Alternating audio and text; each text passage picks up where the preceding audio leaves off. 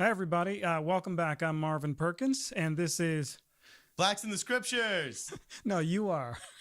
I'm black? Oh, no, I'm This Cardinellis. is, this is Cardinellis for Blacks in the Yeah. Scriptures. Welcome back. Card, we've got a very interesting topic to talk about today. And thanks for all your responses, questions, and the feedback that's coming in on the videos. Really, really helpful. We're doing this to make a difference. And by your comments, it seems like the videos are actually doing that. So I want to show you a photo. Okay. But first of all, since we're tackling tough topics, What's the rating on that photo? well, it's PG. Okay. PG, definitely. Or maybe 13. Maybe 13, actually, now that I'm thinking about it. Okay. But since we tackle tough topics, I got the thought today to let's talk about some of the really positive things of the church first. So let's do what I call a 10-to-1 ratio, okay? Okay. We'll talk about this one really difficult issue of the church. Okay. But the church does some fantastic things. I mean, absolutely incredible. So You go, church. why don't we go with top 10? All right. So Let's do it. how about the SelfReliance Program, where the church actually teaches people to manage their money, free classes to manage money, find a better job, build your business, everything else. So that's one. How about you? I don't know an organization that does a more legitimate job of getting their members back on their feet in more ways than one: spiritually, mentally, physically, and financially. Okay, I absolutely legit. love that.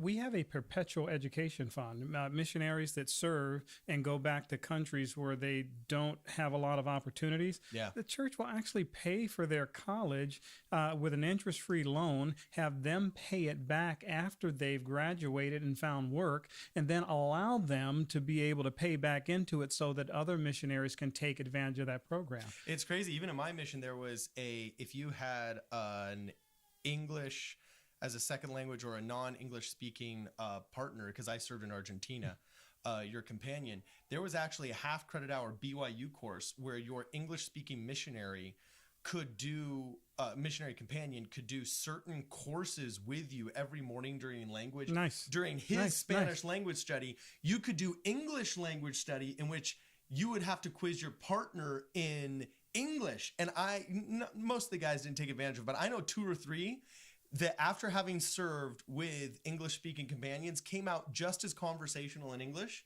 as we did in Spanish. It was incredible. So I'm going to count that as number 4. Okay. Number 5, I'll add to that. Good-looking is people. the absolutely the missionary program. I mean, how many 18, 19-year-olds are being sent out into the world to serve God, to serve Christ for 18 months, for 24 months, coming back with multiple languages, but really just having such a great labor of love. What a growth opportunity that is for our young people. Yeah, I'm doing That's number 5. Are you staying on task?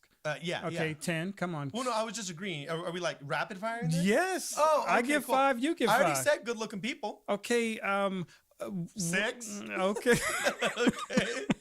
Well, 7. they're good-looking people. Basketball courts in every church building. Well, that's a big one. That's a big Okay. one. Okay, but your number 6 is a little suspect. Okay. I love I love the fact that.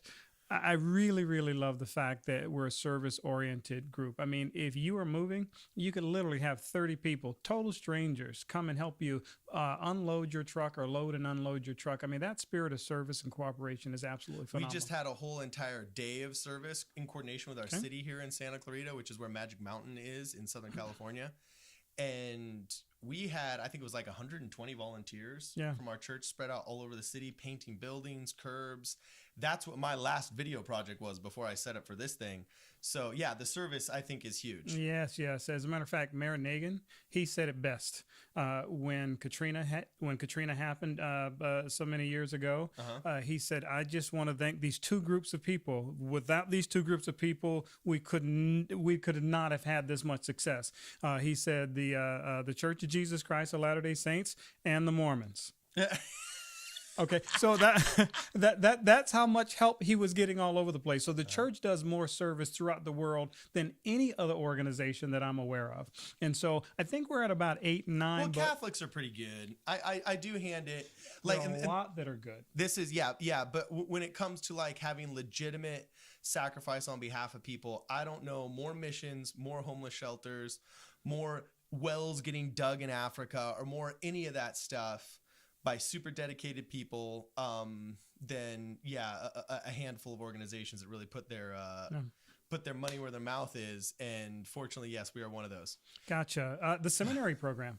We've got a seminary program where our youth, once they're in high school, they do 4 years of religious education. The first year is Old Testament, the second year New Testament, third year Book of Mormon, and third year is church history. And so 4 years before they go into that high school environment, which can be challenging for a lot of youth, they have a scriptural study sessions before they go for 4 years. That's a phenomenal program. All right. So I think we're about, you give me one more and we can go on. That might be 5 for me, 5 for you. One more? Yeah, one more. Come on. Dude, facilities. I love going to the temple. You go on BYU, it's amazing. They put so much time and effort and volunteer service hours, the Christmas lights in all the visitor centers. I love going to church-owned and operated institutions because there's definitely a spiritual and a physical cleanliness that is felt there that is representative of the sacrifice of the people that are putting their time and their energies into it. So that's something I definitely do enjoy as well. All right. So that's either 8 or 10, but again, a lot of great stuff going on. And so now 10 things we don't like. No. We're only going to talk about one tough issue, but talk about it with love. Okay. So you may not know, some may not know that this is the 40th anniversary this year. June is the 40th anniversary. Wait, can I guess? Go ahead. 40th anniversary. Wait, so if we are in 2018 now. 2018. Oh, yeah. See, he's good at math. It's 78. Oh!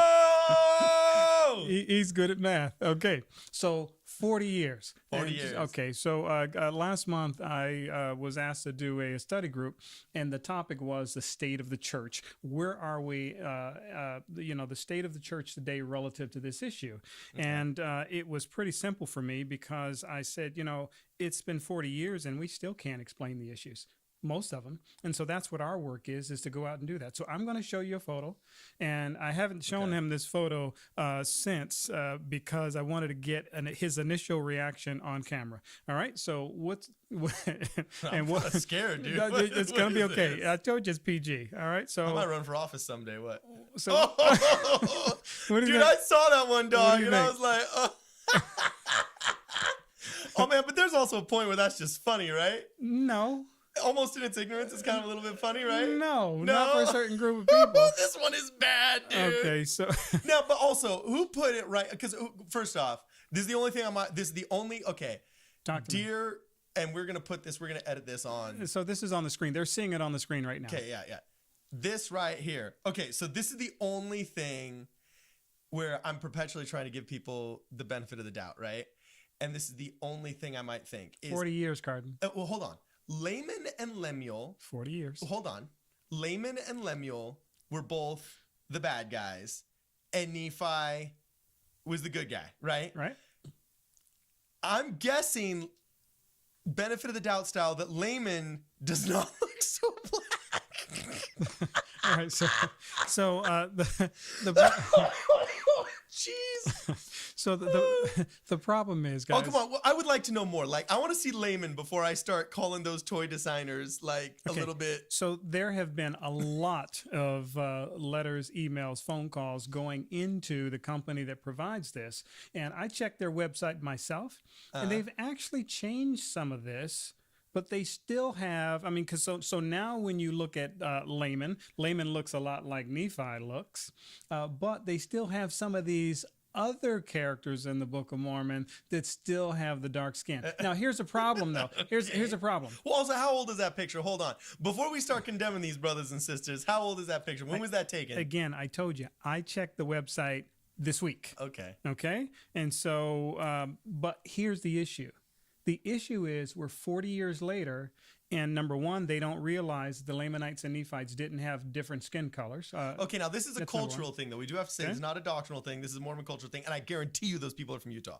Okay, possibly. Sorry, Utah. Possibly. But what's interesting, there's a double error here. So number one, The armbands, you're they're right. being That's depicted. I told you about armbands last week, man. Oh, Okay, really? so they're being depicted as different skin color, which they did not have, number one.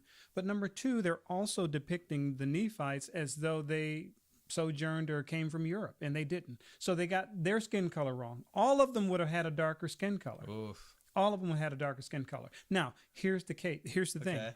40 years after the change, why is it that this is still happening? Well, okay, so hold on a second. How do we even know that the toy designer did this? How do they know they didn't just put some order into China and then some Chinese dude just looked up the old pictures from the 50s and, just designed a toy some according of to... us, like, why would it be as consistent as what we taught then?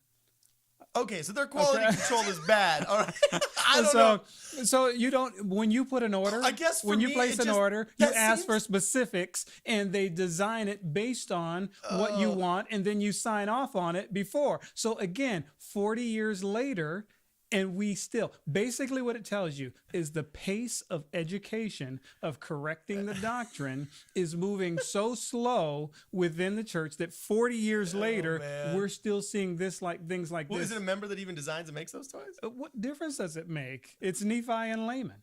Or Lemuel, okay? And that's really what the point. It looks bad. I'll tell you this right now. I get it. That looks bad. I usually want to know more before I start throwing out the R word. All right. Excuse me. We're not throwing it out. All we're saying is you shouldn't be able to get toys like this today. Redonkulous. 40 years later. 40 years bad. later, you should not be able to find toys like this unless they're being made this by is my official statement. The optics of this look really, really, really bad. I want to know more, but the optics at first impression look really, really bad. Dear toy designer. And here's my statement. We really have to increase the pace of educating and correcting the doctrine. And that actually happens, or the understanding of the members. They don't understand. If I were to ask you, go to 2 Nephi 5:21 and explain it, you wouldn't be able to. Most of them wouldn't be able to. And so we really have to really have to increase the pace of what we are doing, of how we're teaching and moving this information forward. Because 40 years and that's still there should tell every Latter-day Saint, regardless of where you are, that that pace is not sufficient enough. Because in that case, the false doctrine continues to spread far faster than correct doctrines. So. And Alex Boye, if you're listening, I want you to try and copy that outfit and wear it as your Halloween costume next year, man. That would be epic, dog. All right. Do English people celebrate Halloween? If they're living here in the U.S., they do. Oh, okay. Rock on. Get on it, Alex. Because we do. I don't know what they do in England. All right. So 40 years. We really have to do. We'll be doing more on this 40 years and the pace of what we're going. Again, if you go to raceandthepriesthood.org, plenty of videos and information to share and push out there to help. Because, again, 40 years later, we should not be having this conversation. We really have to increase the pace. Keep in mind, the pace of false doctrine at this point is continuing to spread faster than the pace of correct doctrine. And this is indicative by this particular image here and these toys that are still available. Anything else to say on this card before we close out? Nope, it's your show, man. Okay, well, again, it's theirs, actually. We do this for you. We're grateful to be here. Keep the comments and the questions coming in. For Blacks in the Scriptures, I am Marvin Perkins, and this is... Cardinellis. And happy to see you. Thanks again. Be sure to share and subscribe.